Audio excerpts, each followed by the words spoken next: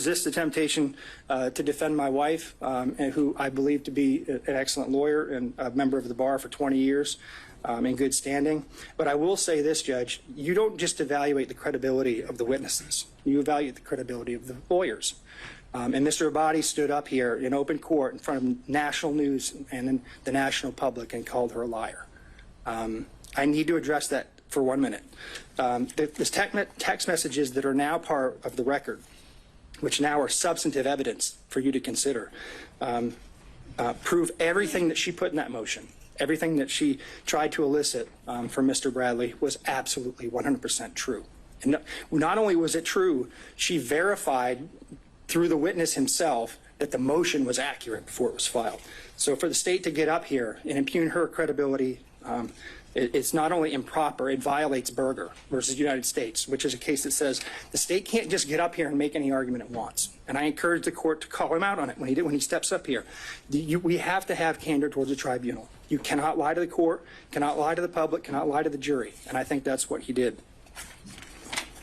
So there's other corroboration of our view that she was in this relationship. I think, frankly, based on Mr. Bradley's testimony, Your Honor can separate the wheat from the chaff when it comes to credibility. But Mr. Bradley had 2 chances to correct information that he suddenly developed amnesia about, but he just didn't do it. How does the timing of the relationship impact a financial interest?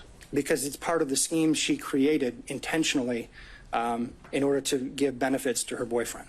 So there's a reason why they fought so hard on this, Judge. I mean, there's a reason that every single subpoena was objected to, every single question we asked Mr. Bradley was objected to, the jumping up and down, all of the obfuscation. There's a reason for that. They know that if Your Honor finds that that relationship started in 2019, that the appointment of Wade itself was improper, and if that was improper, then he had no business as an average citizen, along with the fact that they didn't have approval from Fulton County to appoint him in the first place.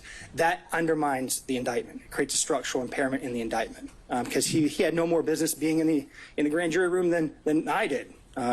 So that's what they're worried about. And the reason why it's important for the financial piece, Judge, is it's how the money ended up going back to her.